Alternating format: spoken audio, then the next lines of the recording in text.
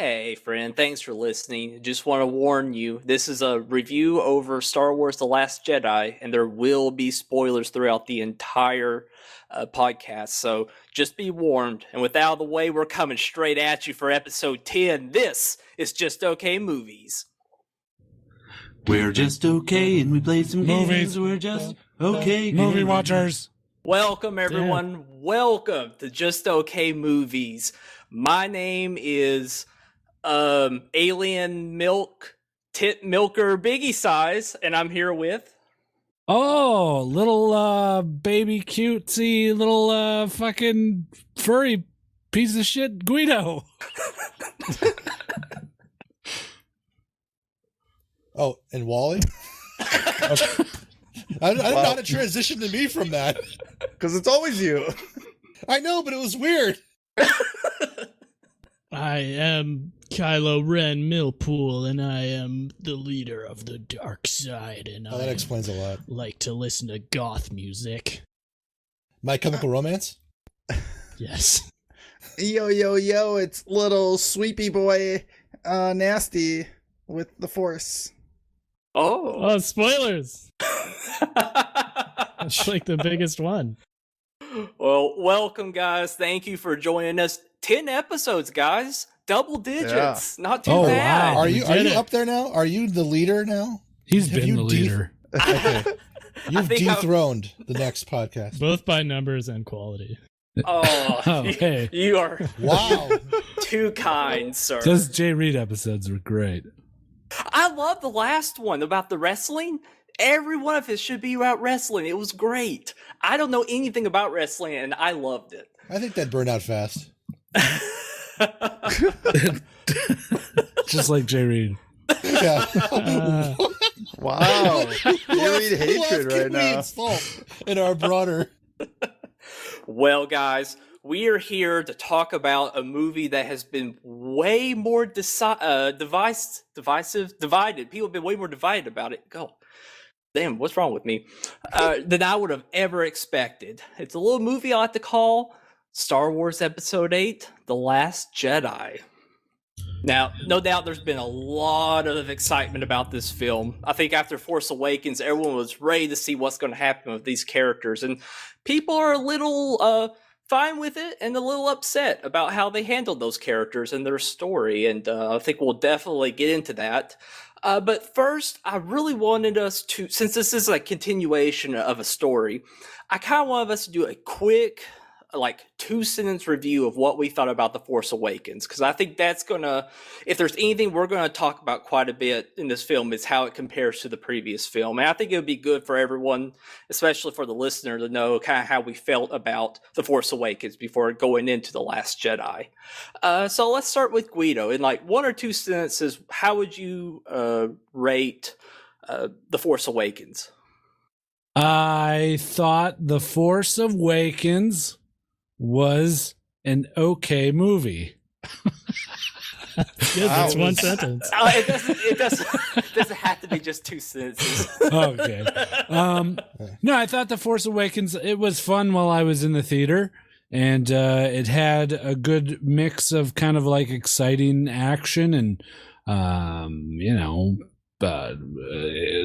hilarity, I guess. Not even hilarity. It was quips. A good amount of quips that weren't overly used or bashed upon your brain. Sure. And I thought that they handled the old canon characters well in The Force Awakens. By killing them. Yeah. What about you, Wally? Just in general, the new films. I'll say what I said before earlier when we were getting ready. The Force Awakens is a good movie that upon reflection sucks. Okay. Wow. What about you, Millpool?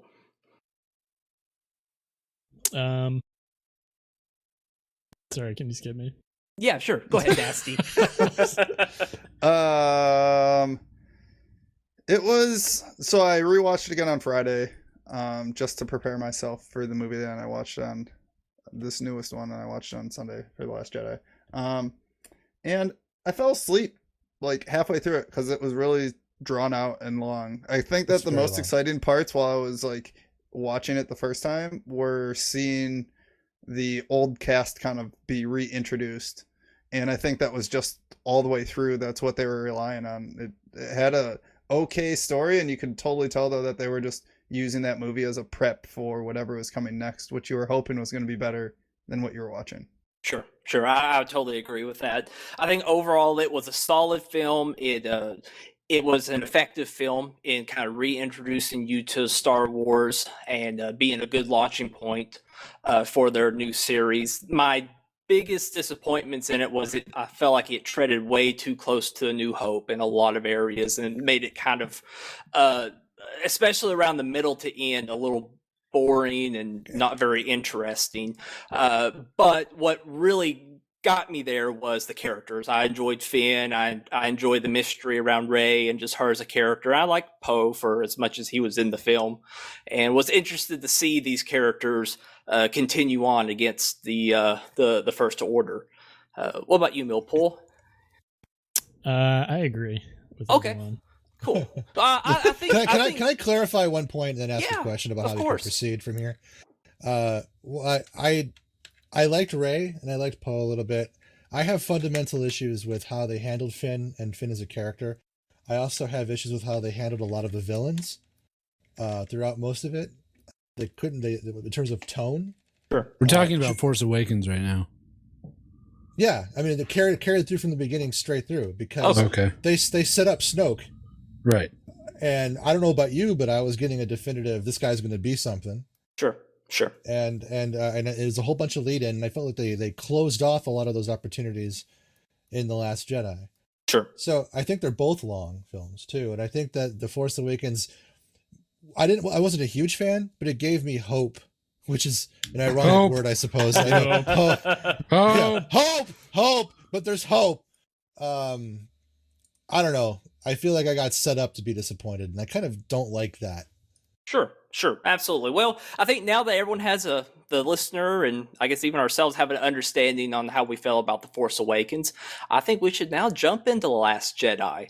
And Can I mention one thing? That's my follow-up. of course, We normally, in terms of format, go through the entire fucking plot of the film, sure. and I think that I have enough objections about a lot of elements of the broader story that we could approach it that way. Okay. But I think between Guido and I and Nasty Nipple, I don't know, but like I'd like to just presume that the audience has seen the film, and then we can just attack it where we really want to address things. Is that okay? If that's how you guys would like to approach it, that's fine by me. Absolutely. Unless we want to go through it that way, which is fine as well. Oh, well, I think we could definitely hit some of the bigger points, and I think all of those there would be a lot of criticisms. How did everyone feel like how the film started? Because really, I think the beginning of the film definitely carries on how the rest of the film progresses. And I guess we could just quickly go over that Sure. real fast. For those who are listening who may not even watch the film, this sets up a lot of how the film progresses. We open up, it's maybe been no more than a day or so after the end of The Force Awakens, which you remember the Resistance blew up the Starkiller base. First Order's really, really mad about it, but they still have a lot of ships, whereas we really find out at the beginning of this film that the Resistance has nothing because they literally wiped out the entire Republic. I kind of thought maybe there was a little bit left. Like maybe they took out the big stuff, but maybe, Didn't they take out one planet? It took out like 6 planets. Yeah, They it were took really out a lot of close together. planets. It's like I But- said, okay, a lot of now would that They take out the murdered military? billions of people. But was everybody docked when they blew the planets up? Apparently, you see, that's what I was thinking too. Like, it made sense if, they needed to attack now because they couldn't get any ships for however long. But apparently, that was everything the Republic had, which is gone. Because at this point, the Resistance is running for their lives, and they maybe have like 6 ships, only 1 capital ship, and just a bunch of little support vessels, and that's all they've got. And at this point, they're trying to run away from the Empire because they've now moved up onto their final base.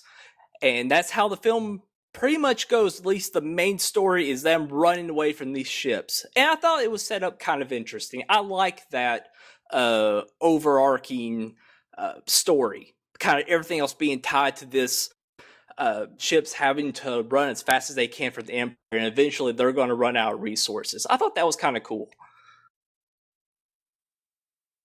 I might be the only one who thought it was cool. No, I agree. It's a good setup.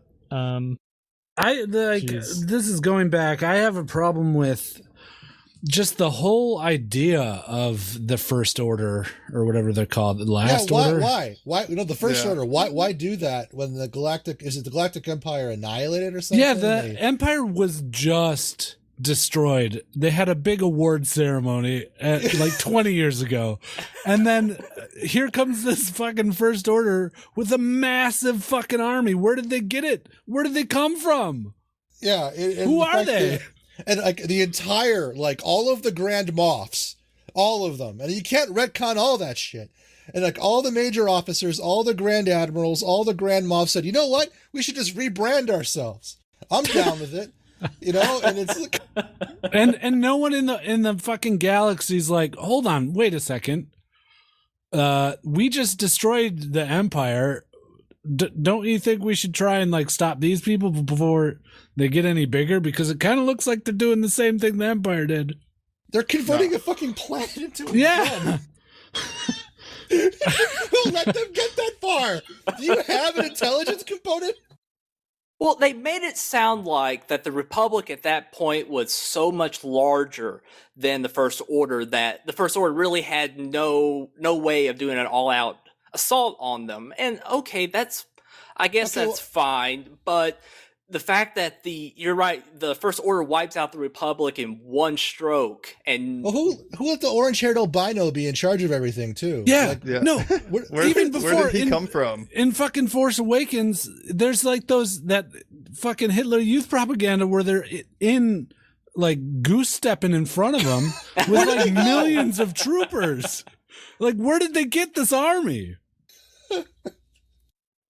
Well, they did kind of talk about that. Apparently, they mentioned clones very briefly. So apparently they somehow have clones. But they also mentioned that, at least for certain units, they go out and kidnap babies and train them. Apparently they're considered to be more ruthless when they're just abducted by youth. Isn't that what Finn was abducted? Yeah, he was abducted. Yeah, he wasn't a clone. So apparently they have some means of making an army, although it still kind of makes you wonder what happened to the Galactic Empire. Did it really get wiped out that bad in that 30, 40 years? Which I guess we're supposed to assume is what happened. And it's okay. I'm willing to accept that. Even if they're kidnapping babies. Like, take Finn, for instance. They had to lose. The Emperor had to be struck down, and then the next morning, someone went out and kidnapped Finn. To raise him into a stormtrooper. It's literally 20 years. I mean, like, they implement this training program immediately, and it's like all the clones died or something. Well, it's possible that he was already abducted, and those who were a part of the Empire just kind of rebranded to the First Order. You know, he may have already been there. Can you imagine the undertaking of ripping the old logo off of everything? and like repainting everything, and then the new uniforms. Well, it was already black, so they were good on that part. They went from black to black. Well, it was red too. The First Order logo is technically a bright blood red on a black canvas. So I totally agree. The whole concept, especially with having like Hux or whatever his name is being the leader, is a little strange considering how young he is. And we actually see another commander of a ship who's commander of their dreadnought. The dreadnoughts come in to wipe out their base. It's a ship. We're converting over to the new movie now. Yeah, we're now moving back over to Force Awakens. In mentioning the point that you're talking about, their chain of command is kind of odd when you think about it, because this big ship's come in to wipe out their base, and then the Resistance uses a little tactic of putting Poe out right in front of their ships and doing a little call saying, hey, I want to talk to Hux, and doing it all for laughs. Like, oh, and Hux is doing, we're going to annihilate you. We're going to destroy. He's like, Hux, the ginger-headed guy, I want to talk to him. He's just buying them time, and it's all done for laughs. It's open in the film. It's okay. He's doing a telephone bit. Yeah. Yes. yeah. He's doing a telephone bit, and a very long telephone bit. This is my biggest problem with, I think, the whole movie is that they throw this. No, like just like the part of this, you know, Right. they throw all this extra humor in to try to like make up for the fact that there isn't a story and get people to laugh and like forget about the fact that they like overlooked so many things. Very madcap- heavy humor. The madcap humor is so out of place. I don't know why they keep doing it. Right. Because it gets so dark all of a sudden too. At the Yeah. same time, like everyone's like making fart jokes and like stepping on banana peels in the Imperial Army until fucking Kylo Ren shows up, and then all of a sudden it's like a fucking, you know, like really dark, brooding. Some guy gets choke slammed, elevators get bashed in. Yeah. Like, what the hell's the tone? I mean, I didn't- oh, go ahead, Millpool. Sorry. Yeah, I didn't think the humor was that bad. Like, to me, it opened up the exact same way Guardians of the Galaxy 2 opened up, Right. which was like a comedy scene, basically, But that's not to Star Wars. reintroduce you to the characters or whatever the fuck they're doing. The biggest problem I had with the first scene is Poe basically takes on this like destroyer ship or whatever by himself. And Yeah, he that like too. pretty much takes it out on his own with one X-wing. Oh, And he's being chased by like 10 TIE fighters and this huge ship with like 10 cannons on it, and he just takes the ship out by himself. while disregarding Now, Leia's here's command to lay off and fall back. the weird thing about that is that's definitively Star Wars, even though it's a Right. little unthinkable. It's kind of impractical and dumb, but Sure. they've done shit like that before. You know, 2 ships going into the Death Star to blow it up. But what for me, what really annoys me is the, well, they're getting chased, right, in space. The rebels are being chased, and they're going just slightly faster at impulse, or whatever the Star Wars equivalent of impulse is, than the Imperial Dreadnought. So it's literally like 4 guys in 2 trucks being chased by 2 guys in bigger, just slightly smaller trucks firing shotguns. I mean, I was just waiting as they're running out of gas to slow down. I don't think that even obeys the laws of physics appropriately if they're near some kind of mass with gravity attached. But like, you know, the fact that they're just sort of like basing the entire tension on whether or not they have fuel to be just out of range. By the time these ships started like running out of fuel and like slowing down, I was half expecting to hear like, you know, a combustion engine sputtering sound. I get exactly what you're saying, and I believe in many ways you are absolutely right. But it's just kind of interesting. I like that they at least tried something different. It was something at least that was kind of interesting and put kind of a timetable on all of Finn and Rose's and Poe's failed attempts to save the. And I enjoyed that. It's definitely not perfect, but I at least found it interesting. And I thought it really, and one thing I kept hearing was like, oh my god, Hux, why didn't he just send fighters out to just wear them down? Or oh, why didn't you do this or that? I thought it also fit with Hux's character very well as well, in that he's clearly not he's very immature. Because you see that in the opening scene when the leader on the Dreadnought is like, we should have already scrambled fighters to destroy that one ship. And he's right. You should have already just scrambled fighters and wiped them out. You should have sat there and kept playing into an obvious ploy. And I thought that was a real nice setup to kind of put more character into Hux and making him seem like he's really a kid that is way over his head. And he shouldn't be where he's at, and he's making dumb mistakes. And it's not necessarily great or groundbreaking, but it was at least kind of interesting. So the whole him following the ships, they should be able to take him out at any point. But him like, nah, we're just going to let him flounder in front of us, you know, because it's kind of a power trip. That I found that to be kind of neat. And at least something different other than what they could have done and kind of ape more of what like a Empire or something else. It was at least different. What's your thoughts of using it as the fulcrum upon which all the subplots revolved? I love this. it. I This single loved it. chase it had enough time to encapsulate everything at the casino, everything on the Jedi planet, everything during the before and during that, like all of it was happening at the same time or around the same time as this single chase. Yeah, it was very time warpy feeling, right? Like there was so much going on, and they're like, "Oh, we only have so many hours to get back," and they're traveling off to the casino world, and then hopefully gonna find this guy who they don't even know what he looks like. It's just And all that subplot leads nowhere too. It doesn't. Yeah. It doesn't lead Like, anywhere. I mean, there was basically no place in the movie for Finn or the new character which they introduced, Rose and Poe. Kind of like they didn't really have significant storylines going on. It felt like the whole subplot was just kind of crammed in there so they could be in the movie. Sure. yeah. Sure. Whereas After I think his sister died.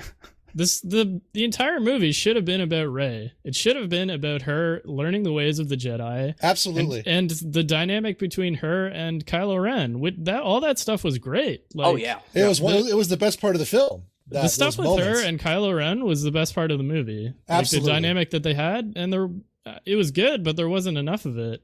And then the other problem I have was with her training with You mean what training? What? Yeah. yeah, there was nothing. Like that But could have been so cool. Like I feel the they fucking retconned it. the whole movie is about her becoming a Jedi. At least it should have been. And like the entire training where she finally convinces Skywalker, who's like this really angry hermit for whatever reason, to finally train her.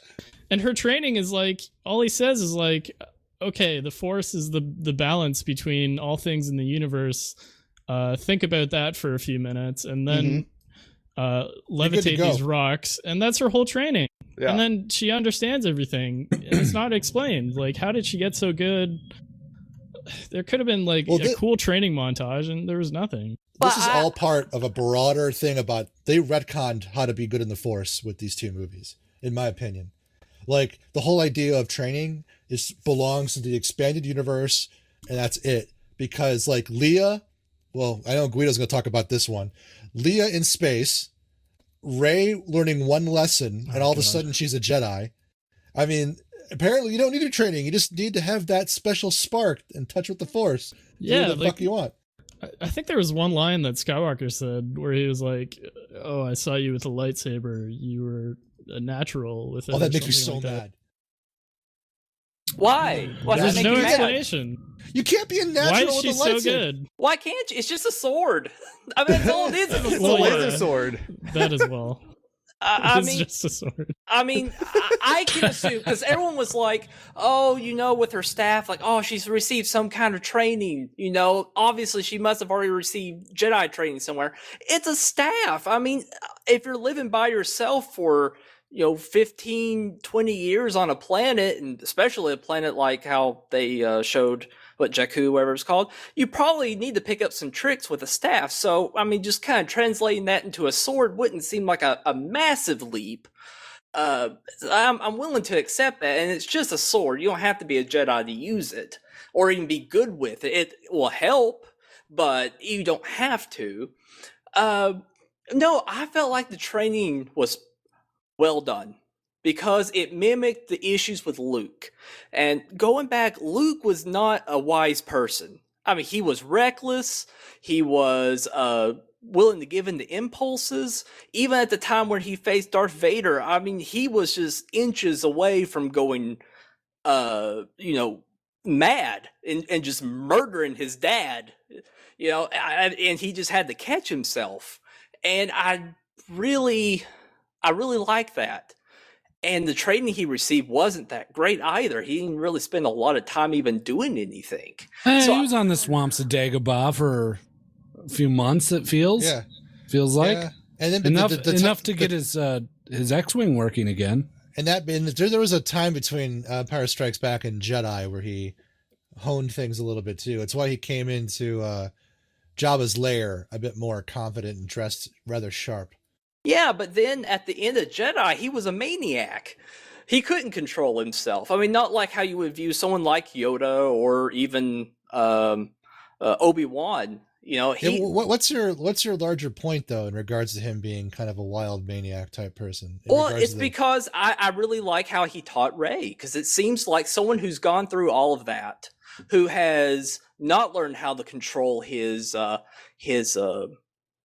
person, how to control his feelings. So you're saying he's telling her, don't think about it too hard, just do it, just be. Right? I think he doesn't even want to do it because he saw how it ended up when he was apparently very high on himself after. I don't think it was that. I think it was like everything he ever done being blown up in flames by Ben Solo. No, but it was his own doing though, and he realized that. But I think that haunts him more than the throne room with the Emperor and his dad. Oh, of course. But still, even at that moment, he realized he had no control over himself.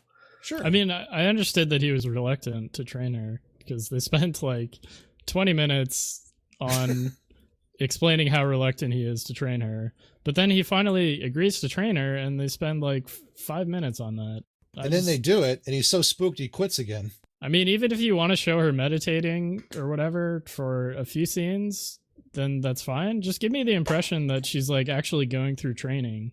Because the impression that I got was basically that she sat on a rock and levitated some rocks, and then she cut a rock in half with a lightsaber, and that was her entire training. Literally, she those fell in two a hole. things. But Like, at least, yeah. But she There was the whole left.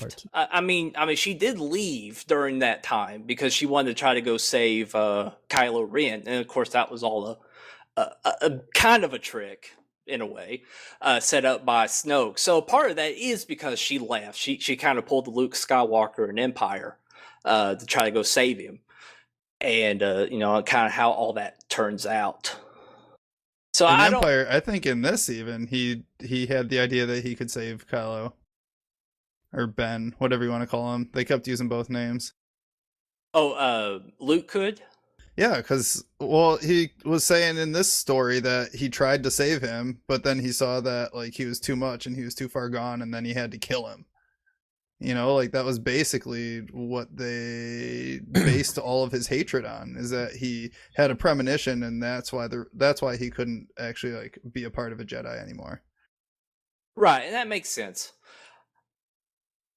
Yeah, that does make sense. I really like how it was done, and that's just me personally. I got you.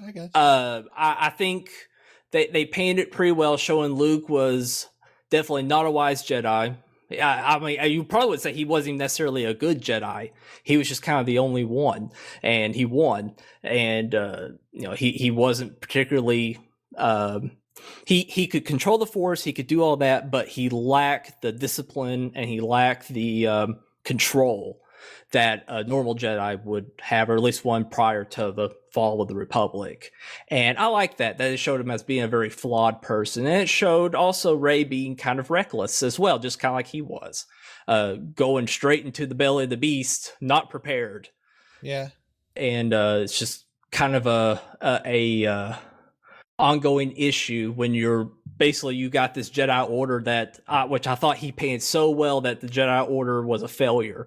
And I would agree in many ways, looking back on their teachings, their way of thinking, and even kind of looking more at the extended universe, the Jedi weren't really that great. A lot of killing happened because of them. Well, the theory is that the original Jedi were kind of douches, and then they split off and became good and bad.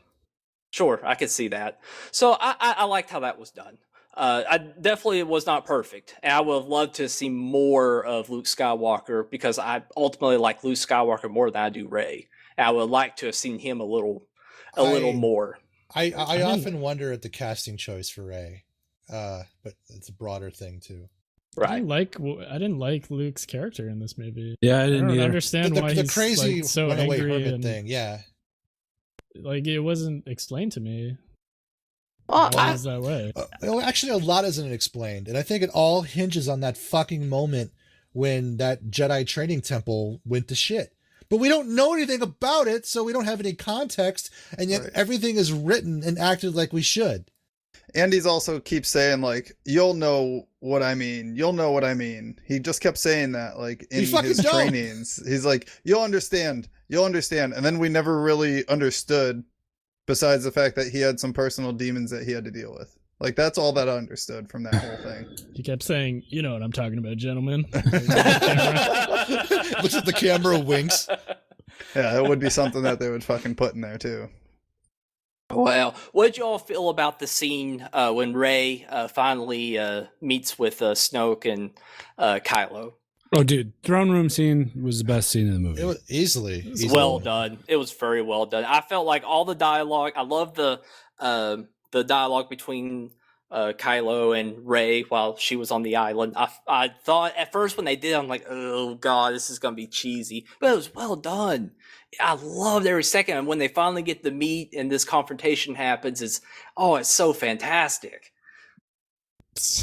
I thought Snoke's dialogue was a little bit cheesy in that scene where he's like, "Yes, I could read your mind. I see you, what you're doing. You're turning the lightsaber towards your greatest enemy." Right. Like, it's so obvious. Like, if he would have been that good, he would have seen what was going on. Right? Right. Yeah, I mean, I'm fine with it. It was just like pretty over the top, like smacking you in the face with it. It kind of apes what happened, like with Return of the Jedi. The whole scene was very reminiscent of Return of the Jedi, but I think done in a very interesting and different way. And I love the conversation that Kylo and Rey have afterwards about, let's just let it all die. I'm like, oh man, because as a viewer, I was like, I was sitting there like, maybe which one would I choose? Like, I'm not sure. Dude, Kylo's right. I would have fucking gone with Kylo. Yeah, let's start fresh. Yeah, start fresh. We can build our own fucking thing. We're fucking heroes. We're gods. Right. My guess is he wanted to do like a full-on purge of everything, which maybe that spooked her. I don't know. But I don't think that's what he was saying. Because like you said, he wanted to, let's build something that's neither one or the other. And frankly, from what I'm looking at of things, what are you losing by saying no? Yeah. What are you going back to? Right. Almost Luke's dying. nothing. Luke's dying. That's what she'd be losing. Oh, Dad. Well, Luke, that whole scene with Luke, everything that was written after that moment was a setup just to have Luke do his face off with Ben. Right. Yeah. Right. You can't tell me if in that throne room, Rey was like, "Yeah, okay, Kylo, let's work this out. Me and you will go back and we'll talk to Luke and we'll like come up with a way to like solve this and be copacetic between the three of us." Right. Like Luke would approach that openly. I feel. Movie over, series over. Yeah. No, let's go for the lightsaber instead. And, You're right. Irrevocably sever this as an option for the rest of everything. Right. Yeah, that point set a huge motion for the rest of the series that Kylo's going to be not able to be reached. Maybe at the very end, possibly, but he's pretty set in his way now, and we're just going to duke it out, and eventually the Resistance is going to win. But that moment just made it like, oh my gosh, there's so many possibilities. Things could just change completely. Yeah, and they went with the lamest one. Yep, they absolutely did. Ridiculous. We go back to the ships running away. That's fantastic. Which, can we get to that? The ships running away?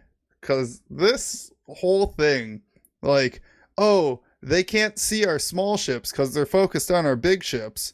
If anybody looked out the fucking window, they could see that there's some ships running away. The transports were so big, and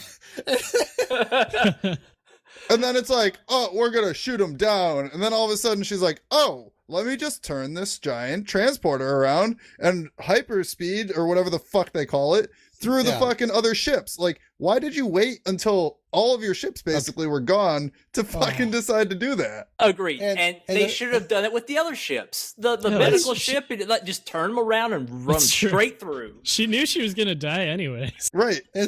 Also, noble sacrifice person I just met, number 1302. Oh, look, it's that chick in the A-Wing. Sorry, hangar blew up. Sorry, chick I just met that pilots an A-Wing. They fucking kill everyone off that doesn't fucking matter. Yeah. Right. There's no poignancy in the sacrifice if I don't know who the fuck you are. Right. Purple-haired soccer mom decides to blow up half the Empire. Great. I don't know who the fuck you are. Yeah, I was trying to figure out what movie she was from that I've seen her in prior to that. Then I was worried about like figuring out what her actual character was. Yeah. I've seen her somewhere. I was like, where have I seen this chick? No doubt, I would agree. The weakest part of the film was the scenes that were actually on the ships that are running, which the concept is great, but God, the time on the ship while they're running is so fucking boring. And Finn and, oh my God, fucking Rose's character and them going off. I hate Rose. I hate that character. It did not need to be there. She had no reason to be on this film because she couldn't act worth shit. And why couldn't we just go have a good time with Finn? We spent a whole prior film, getting to know Finn, and I liked him because he kind of acted the way I think I would act. I'd kind of be scared out of my fucking mind. Have fucking Poe go with him. Yeah, or Poe and him. That would have been a fun dynamic. What was Poe doing while they were doing Sitting around on the ship. Yeah, he was just on the ship? Yeah, he was just waiting for them to fucking pull it off, which they didn't do. His only major scene was when they tried to take over the ship. That was his only real big scene while there. And he failed at that. That's true. He sucked at it. He got taken out by a fucking chick in a hospital bed. Right. Yeah. And Rose should not have been there at all. I agree. It should at least been just Finn going on his own. Oh man. Or Finn and Poe. We got to start on Rose. We got to mention the large, very, very large plot hole of what's her name? Admiral Holdo, right? Yeah. Laura Dern. Yep. Her whole plan the whole time was to get close enough to this planet so they could use the transports to go to it and hide, right? Yeah. Right. Yeah. Why didn't she just tell them? Right. Why didn't she just fucking tell Poe? Because Poe sent out Finn to go and disrupt their fucking light speed tracking. Yeah. Right. But when he went and did that, that's what told them that they were using the transports to go to this planet. Which in effect fucking killed hundreds of people. Yeah, I didn't think about it that way. You're right. Wow. Yeah, because the dude that they brought back from that island is the one that ratted them out. Right. If they wouldn't have gone to the casino, they would have made it to that planet apparently scot-free. Yeah. And if you recall, her only reply was like quoting Leia talking about having hope. So I mean that was her reply. I mean, she's holding her cards to her vest, which is stupid. Right. She's like commander. Why is she being so secretive? And she's also like trying to form a mutiny by not telling people. Like she's creating an atmosphere in which a mutiny will thrive by not telling anybody anything and just like seeming like you're doing nothing. That character played it so close to herself that for half the movie, I thought she was working with the First Order. Yeah. Sorry, First Order. Sorry. Right. And I thought she was a plant. Yeah. And that would have been like if there was the whole tracking the light speed jumps. All you have to do is switch that to there's a mole on the ship. Right. That's why we can't tell anybody that. Right. That's why you can send Finn to go and do stuff. Like that's it. That's the solution. It didn't even have to be a tracker. It could have been like a tracker tethered to the spy or whatever. Right. Yeah. Correct. I can't tell you, Poe, because there's a fucking mole on the ship. Okay, well, I'm going to send Finn to go to this casino planet and ultimately fail in the end, but still, like that Everybody's closes on up board. that loophole. Right. And then you don't have the mutiny scene, and then you don't have, I guess you don't have Leia coming back and like fucking tasing him. But still, I don't think that was a necessary scene to have, right? Agreed. Like, you could have found a way they around it. they needed a plucky way of introducing them to each other. So they wrote this entire scene of him, I better get out of here. And there's no reason for her character to exist. In fact, her character ruined the best part of the movie for me. Like outside of the throne room. Who, Rose or Laura Dern? Rose, yeah. Oh my God. Yeah, I didn't hate her, like, but okay. Yeah, there's no Salt reason planet. for her character. Okay, now we're moving off of the Wally transitioned off of out of space and There's so onto much the more I want to planet. talk about. I know. Go for it. Talk about this. Leia. Talk about Leia. Yeah, the we got to Force. talk about Leia. No, We gotta we talk don't about have Leia. the floor. We don't have the floor. Yeah, we got to talk about getting off of the ship before we get onto the ground. Okay, well, we're still on the ship. Remember it blew up?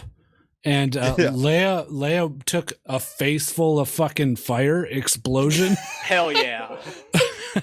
Which At first I thought that was a really ballsy thing for the film to do. Oh, Yeah, definitely. It I was like, great. oh shit! I And loved like, it. I was with someone. They were emotional during it because it's a character that they grew up with, and it was all a big it was a big thing. It was a big thing to kill this character who just passed away, you know, in real life. To have them die on screen, and then and then she fucking they show her body floating in space, and she pops open her fucking ice ball eyes. And then Force fucking propels herself into the safety of the ship while she's been sitting in the cold depths of space for fucking 10 minutes now. Hard dead. And not only was the Force just from pulling her out of that into the vacuum would have been enough to just rip her body apart. Let's be real. Sure. It was manipulative of the writers to that. It was cheap, and it wasn't necessary. Leia didn't serve a purpose after that. No, not at all. Except for the eventual meetup of Luke and Leia. Or shooting Poe in the face. That's about the long and short of it. Yeah. It was a very heavy moment where Kylo Ren was the guy that almost fired the missile that killed his mom. Yeah. And they showed all that, and then he eventually doesn't fire the missile, and someone scoots up beside him and fires the missile. It was a very strong, heavy moment with a lot of ramifications, and then they just they retcon it. They just they kept take that essence, take that feeling you have right now about a poignant moment being shit on, and they keep doing it over and over again in this movie. They just kept pulling Chuck Testas left and right, dude. Let's be real. Nice fucking 2011 name, dude.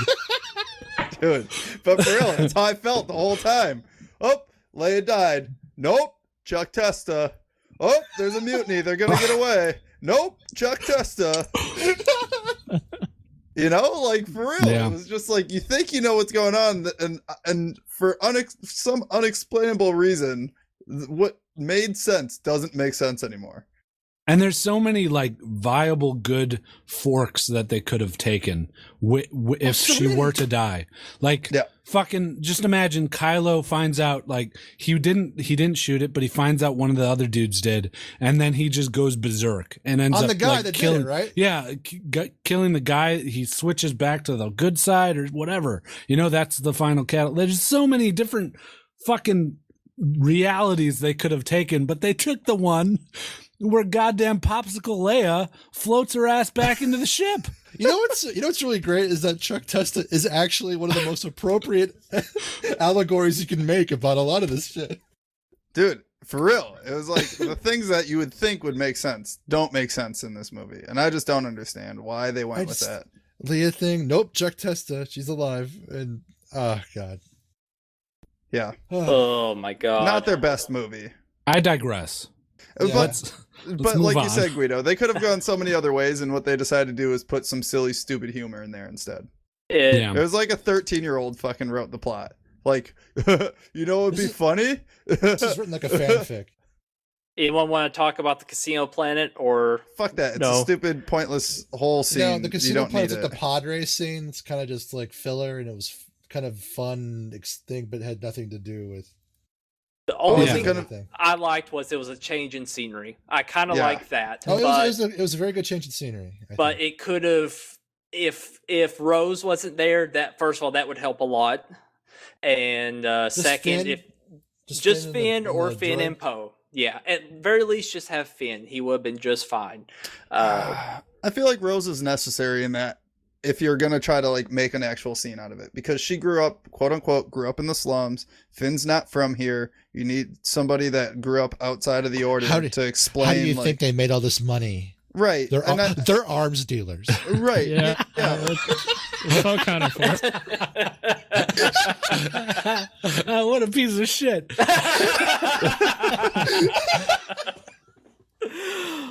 Oh my god. Yeah, that pretty much sums it up. Let's move on to the last planet.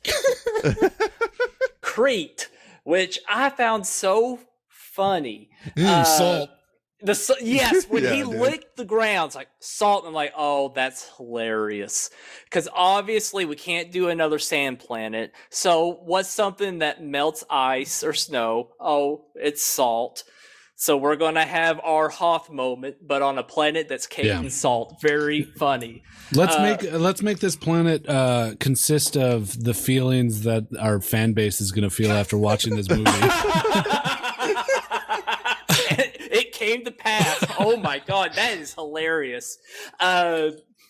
I mean, I don't know where you guys want to start on the salt planet.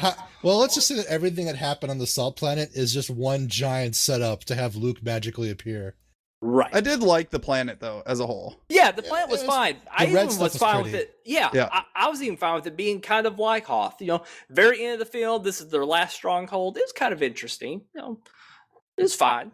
Yeah, I gotta say, in this movie, everything looked good. Yeah. Like all the set pieces, all the CGI, everything looked good.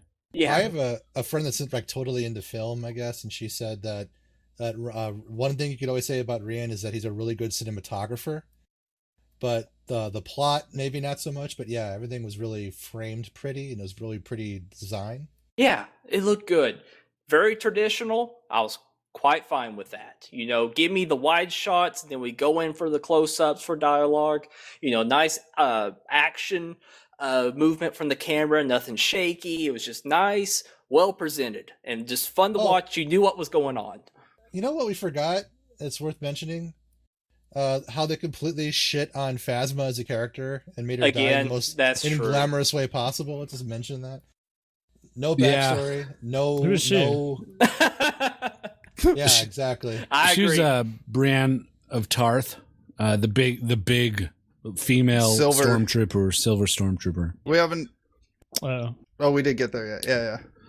Yeah, agreed. Yeah, she basically died saying, "I'm gonna get you, pesky kids." Yes. It's so stupid. Oh, so naturally the big part of the salt planet is Luke Skywalker showing up. We all knew that was going to happen. No big surprise, except for kind of what ended up happening when he finally faced off with Kylo. Whoa. We're not gonna. I mean, I got stuff before that. Oh, you do? Oh, I mean, Finn.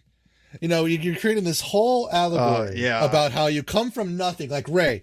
Whether or not what Ben told Rey about her past is true or not, which I think it isn't, because who gets abandoned by hobos flying away in a fucking Lexus, if you remember the memory. But anyway, no matter what her background is, she's essentially, arguments being made that she's from nothing. She doesn't matter. She's garbage. Right. And yet, she's pivotal to everything. She matters more than anything. She is the anchor upon which fate turns. And if you're taking that broader metaphor and you're extending it into other characters, like they keep saying how Finn is just some wastrel child that was like brought up from nothing, trained to be just a number, not a name. And it's this pivotal story arc of self-actualization, making the person you are meant to be, giving yourself a name, living to that name, making a difference, caring about something more than yourself, defining who you are and acting upon it. And then in one tumultuous moment, the most poignant thing ever, like the greatest gift he ever got, was the ability to be Finn, and sacrificing that essence, that life, to save everything he cared about. That's the ultimate apex of that metaphor, and they fucking ruin it by Rose crashing into his fucking ass. I agree. Oh my god, I agree. Fuck Rose. I was so into that moment. I'm like, yes, Finn, do it. Fuck them. And then she. Oh. I agree, but I didn't want them to kill Finn off. I do like him. I didn't want them to either, but still, it was like. But that's what makes it good. Yeah, that's what makes it good. I know. Him coming out of that and saying like, "What the fuck did you do?" And she's like, "I just saved you." Oh no, I have the quote burned in my memory. I was so angry. I remember exactly what she fucking said. She said, it's not a. Yeah, go for it. Go for it, Mel. No, you probably know better than me. It's not about killing what we hate. It's about saving what we love. And then she fucking kisses his ass. And then passes out. Kisses out. He pulls his pants down. Pulls his pants down. Plants her lips right on his fucking ass pucker right there. Yep. And this, oh my god. Yep. The decayed corpse hand of Carrie Fisher bursts out of the salt ground and fondles his balls. Well, fucking Rose rims his asshole. I thought that was weird that they put that in there. I finally had a moment in this film that I could latch onto emotively, and it was taken from me, and I'm so mad at them about that. Right. No, it's so dumb. Oh, it's so dumb. Oh. Anyway, okay, No, now Luke can come in and save everybody. Well, no, or whatever. I'm happy you mentioned that because I felt the same way. I would have even been fine if he had this one moment because everything he'd done in this film had ended up being fucked up. So this is one time to finally save everyone. And even if it got messed up, like his ship just disintegrated the child that came or from something, nothing, yeah, made all the difference. Yeah, you know? Even if he failed in this last attempt, I would have still been like, that was a really good scene. He failed, but it would have been a really good scene. You could have even had fun with it and like had a clone of Finn come back or something or whatever because he's an Imperial. They probably got his DNA on file. You could play with that, man. It's called science fiction. Fucking use it. But also, was anybody underwhelmed by like the gun? Like the build up to that giant gun was like fucking 15 minutes long. Yeah, and then when it like one little corner of the door. Yeah, and I was just like, wait, what? That's what this like fucking 10-minute build up was for? Was for this small tiny hole that a person can barely fucking fit through? I know it, dude. That hole was so tiny. Because I thought the whole door would just like explode. I'm like, that's what I was thinking. I wanted the whole thing to come down. Yeah. No, it's a nice little sliver. It may fit like 1.5 people in at a time. I mean, outside of the hole that you see on the inside when Luke goes through it, we never actually even got to see the hole get blown open. We saw the laser go thunk like a spitball against the door. Right. And that's it. We don't get to see it actually open. Yeah, well, smoke. It was a wide shot, so I was expecting that thing just to topple over. But no, it's just like a thunk and then changes scene. Like, wow, that was great. I mean, they fucking blew up Hell's Deep like it was fucking like 8 pounds of TNT. You think one giant laser could whatever. Well, then you're right. The next big part is Luke Skywalker walking out, and I thought that was kind of cool. You know, him standing there, the shot of all the what are those new AT-ATs are called, and staring him down. That was a nice looking shot. Then he tells him to blow his ass up, and after that, I was so like, oh god, because he's not gonna die. It would have been kind of cool if they're like, oh, he's dead now. That would have been kind of neat if they set that up correctly. But you just knew he was gonna walk out. I'm like, oh, they're gonna make him look just like way more powerful than he really should be. It's not that interesting when you have someone that could just stand there and take like a bajillion shots from these massive machines and then walk out unscathed. That's not fun. There's no danger to it. But he walks out, and I was like, oh, this is gross. I don't like it. But then when he finally faces down with them and he's like not actually fighting them, I'm like, what is he doing? What's all this Matrix stuff going on? He's an old ass guy. Yeah. And they do the dialogue you expect, with the whole "you strike me down, I'll become more powerful," and the whole "I'm not gonna say sorry." But why say that though if he's not really there? Right. It's like you can't strike you down because you're using force illusion. Spoiler. Right. He's not actually there. Yeah. And when he does strike him down, he's fine and disappears. And I was like, okay, that was all right. If you're gonna use that line, you fucking go down like Obi-Wan did, you piece of shit. Like, have like the lightsaber go through you or whatever, and then have the robes fall to the floor, and then you vanish. You don't do this, oh, he exerted so much energy from his force illusion, he succumbed to the force and became one with it. I mean, what the fuck? Agreed.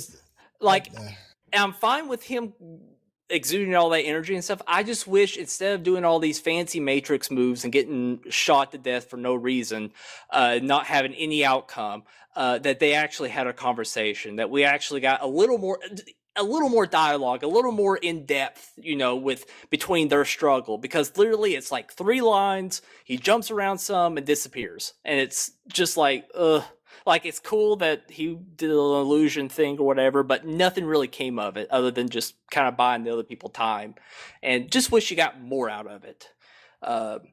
Even pointing to A New Hope, with Darth Vader and Obi-Wan, we got a little bit of background between them, that there was a lot of animosity, and that this fight was more than just 2 people banging swords together. It had a lot of emotion to it, and I would have hoped we got something more out of that than just him getting shot a lot and jumping around like a video game. But You know, it wasn't the worst thing in the world, but it could have been done better. Here's why I'm mad, I think, to re-clarify why the floor solution thing is dumb compared to just taking the hit and vanishing like Obi-Wan did. Is because I was still, in vain, struggling to latch onto one moment of poignancy that was relative to the whole Star Wars experience as a fan. And they took that away. They took it away by making it weird and having him be back on that Jedi planet projecting himself. I get how neat it was to do that, but it was like the last big, pulling the football away from Charlie Brown for me. Like, it was my Testa moment, my final Testa moment. Did they explain how he died? No, Because, they don't. It's inferred. Like, he just vanishes, right? Yes, it's dumb. I kind of I thought was he had kinda like a heart confused at that attack. point. I was like, You have to make the cognitive leap that what he did was so fucking amazing that it drained him to the point where he just became one with the Force. Yeah, because he literally vanishes, right? Right. Yes. Like all Jedi do. Except for Qui-Gon. Yeah, yeah, dumb bitch. poor Qui-Gon. Yeah, it was kind of, it was odd. I really didn't expect him to die there. I thought he would be around. Like Rey would go back to him like, well, I fucked up, so now I need to really learn. But no, that's not what's going to happen. He's gone. I'm sure he'll come back in a vision or something. Except everybody thinks that he's alive still. Yeah. His last words Nobody to Kylo noticed were him. like, now you know I'm coming for you. He still might as a ghost, but Right. he could have done that if he was actually fucking He's gonna struck hunt him. down. Right. Absolutely. He's gonna hunt him down like on the toilet or something. No, I said haunt him. I'll haunt him. And oh man, do we end in the biggest piece of shit ending? Okay, that's where- what I call my Spielberg ending. It is. Everyone has a shit-eating grin on their face. Like, oh, we've got hope. There's only like 7 of us now. And we didn't do anything to them. And fucking Rose. We all feel so bad about fucking Rose laying there because she just about died sacrificing herself to sacrifice someone who's going to sacrifice himself for everyone. Oh, that's great. Nah, it's those little fucking kids at the end. It was Yeah. the dumbest fucking shit I've ever seen. The fucking grabbing of the broom with the Oh my little God. dude just to go sweep up the fucking floor. It's so Spielberg. It's just like It is. I can Very. almost see him leaning in and tell you should probably do this scene. It'd be a great way to end, and I just Yeah. Well, I mean, well, what do you expect for a movie that uses bombers in space? Yeah, right? Where was the gravity? I was thinking the same fucking thing. Like, That's- there was no propulsion to like get those things The bombs moving. just fell. They just fell. Bombs in space. like it was fucking Oh, yeah. Normandy or I something. didn't think about that. yeah, I didn't think about that either, honestly. And that was their opening fucking scene. Yeah. All right. Well, that was Star Wars Episode 8, The Last Jedi. So 8 out of 10. Eight out Pretty of good. 10. I mean, having said all of that, I was entertained. I don't think it was a bad Sure. Yeah. movie. Oh Sure. no, yeah. It's like I said, it's a great movie, and upon reflection, it's not. Yeah, Yeah. much like the last one, it was entertaining Right. to watch, but I that was about as far liked as it would go. 7 way more than this. Oh, me Did you? too. Way more Yeah. fun. Yeah, way more Interesting. fun, and like Han Solo had a good part in the movie, even though they did kill him, but he was integral to the plot, and the plot wasn't a piece of garbage.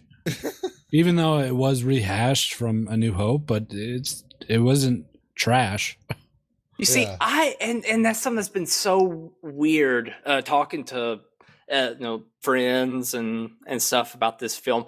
How everyone feels about Last Jedi. I felt about Force Awakens.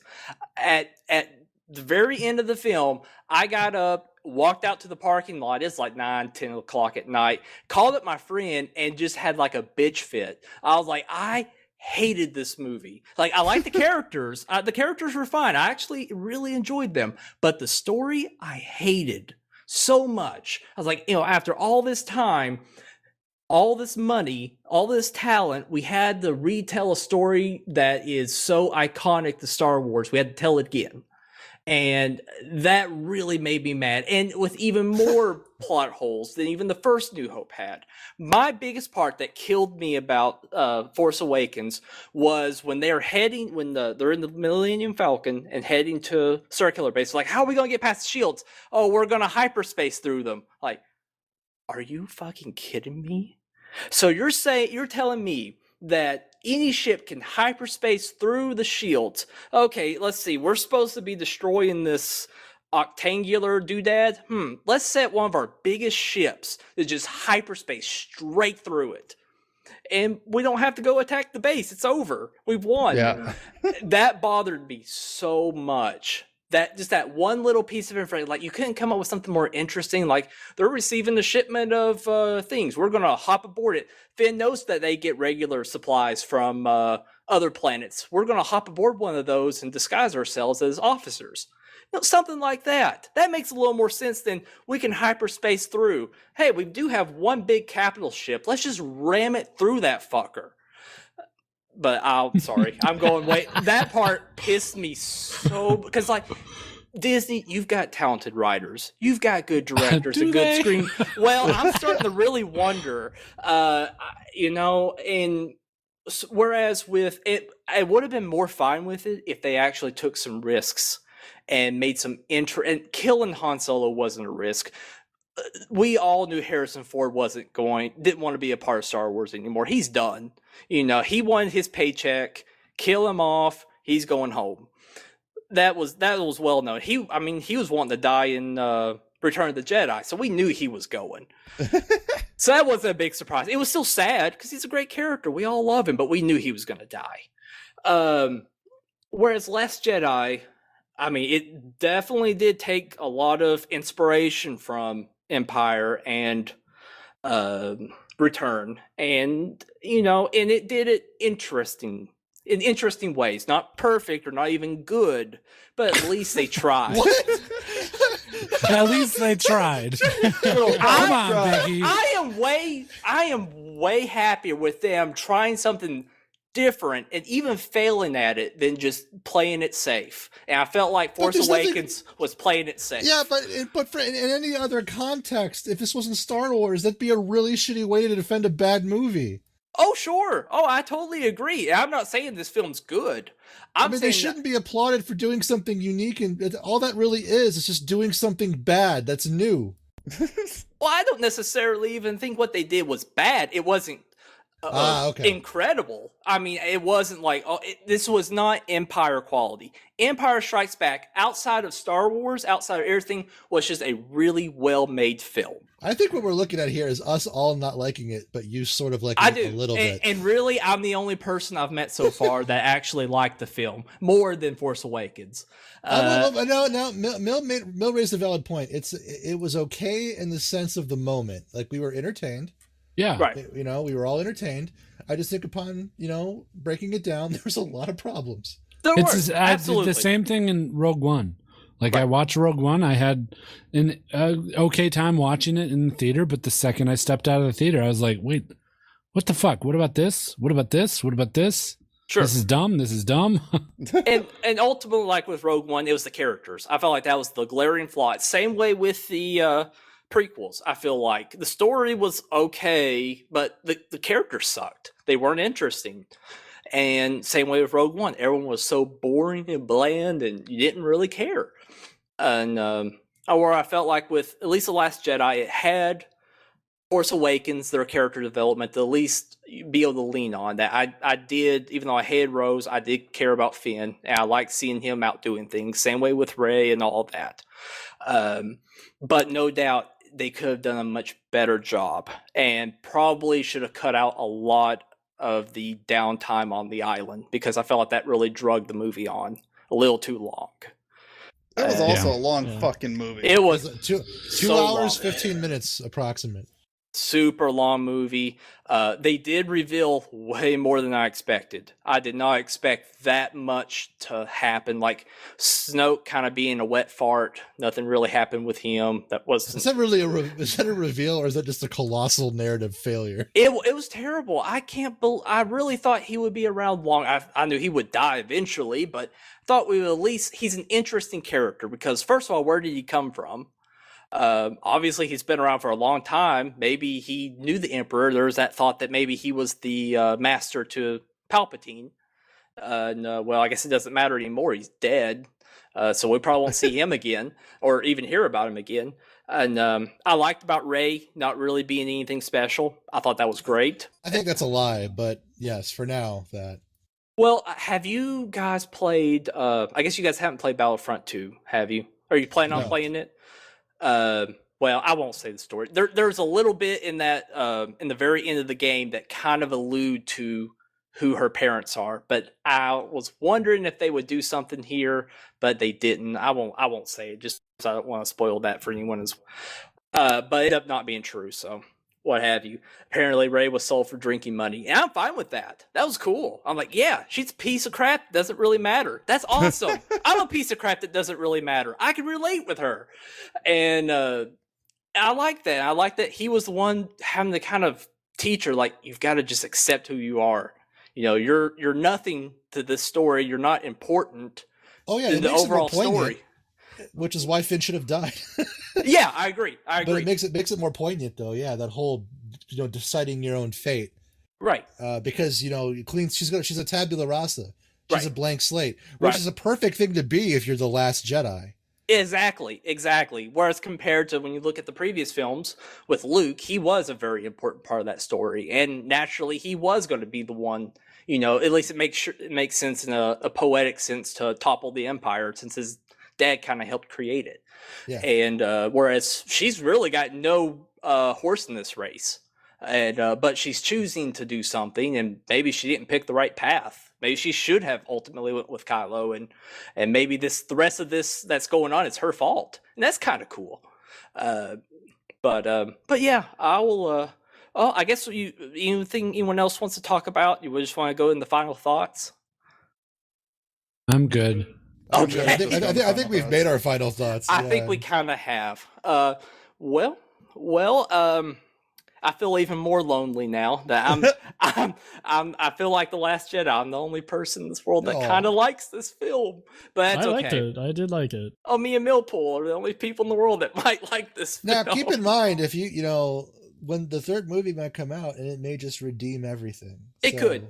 And you know, and that's something else you bring up. I'm kind of happy with how it left off. I can't really say I'm that excited to see what continues. I'm kind of happy with it all. You know, That's the all my problem, questions were actually. answered. Well, that's just it, though. A middle film shouldn't do that. Right, you're absolutely right. There Like, needs to be. That's why they're probably going to be a time jump. They're theorying out for the next one.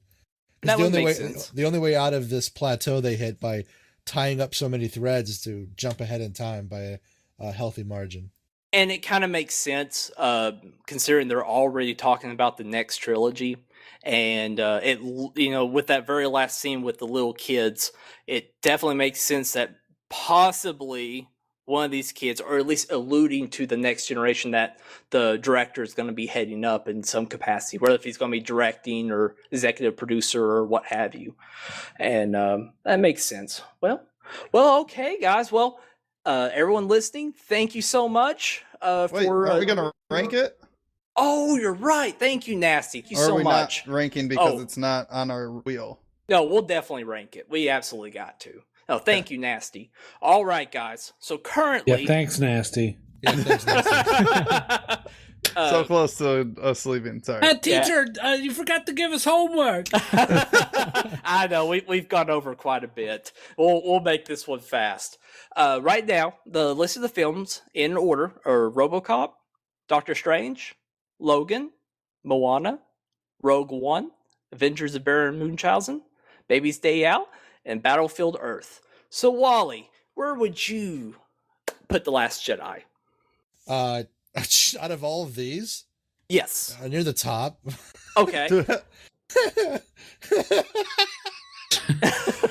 Exactly, right? Hey, After you have some it's good It's not a movies bad there. movie. After we just shat on it for an hour and 15 minutes, it's better than all the other movies that we've talked about on this podcast. But because it is. It's just sad. This is very, very sad. So would you put it above RoboCop or below it? I put it below RoboCop. Below RoboCop. So the number 2 spot. All right, Guido, what you thinking? I'll put it right above Rogue One. Right For me. above Rogue One. Okay, interesting. All right, Millpool, what are your thoughts? I think I would put it number 1. I think. Okay. Thinking about like, would I rather rewatch RoboCop or rewatch The Last Jedi? I think I'd rather The Last Jedi. Okay. All right, Nasty. I'd put it also right above Moana and below Logan. All right, right above Moana and below Logan. Okay, very good. I'm going to have to go with Wall-E and put it right below RoboCop. I would probably watch RoboCop again in my future. This film was fantastic. Well, compared to the rest of these films. Can I make a confession to you? Yeah. I've been so disappointed with Star Wars films ever since the prequels. I've only ever seen all of them once. Really? I've never went back and said, "Man, I got to see that again." Sure. And I think this trend's holding pretty strong. Sure. I can agree with that. Really, the only one I've ever gone back to and watched multiple times was Empire. I always really liked that. Oh, the originals? No, the originals are fine. Oh, you're talking about the new ones? Yeah, All the new ones haven't gone back to them. Right, I agree. Force Awakens is the second time watching it since theater, just because Megan wanted to see it, and that way they kind of refresh my memory too. So I'm going to put it right below RoboCop. So that puts 2 people putting it at the number 2 spot. So that makes it now the number 2 movie on our list. You guys thought this was better than fucking Logan? Yeah. Yeah. No. And Doctor Strange? Yeah, definitely Yeah. better. No, you guys are nuts. You guys I are think fucking nuts, dude. No, you could sway me over to Doctor Strange being better. Logan, no. I'm not a huge Star Wars fan or a huge comic book fan, but I enjoy Star Wars more than those movies. Agreed. I mean, they were all great films. I mean, really, everything except for our bottom 2 are all really good movies. That would definitely, if I had to choose, I would watch one of these again. And I would definitely put Last Jedi up there as being just a solid film with problems, but a solid film. Because Guido voted it 6th, I think, on the list, Okay. and Nasty as well. So it averages out to 3rd. There you go. Averages out the 3rd. Mm-hmm. Okay. Then we'll go ahead and put it on 3rd then. I'm fine with that too. Yeah, really, I think in top 3, top 4 is where it really belongs. So actually, we'll put it at number 3 then. Not too bad. Well, all right, guys. Well, thank you so much for tuning in, fellas. Sorry this one went a little long. I knew feelings were definitely high about this film. I figured it would probably take a little longer than normal, but I appreciate you all sticking it out and Fuck yeah, dude. sharing your views. I found it to be very entertaining. And catch us next month for Dungeons and Dragons. I'm looking forward to that one probably even more. Oh, boy. All Better right. start Good night, watching. everybody. See Good ya. night. Bye. Bye-bye. Bye-bye.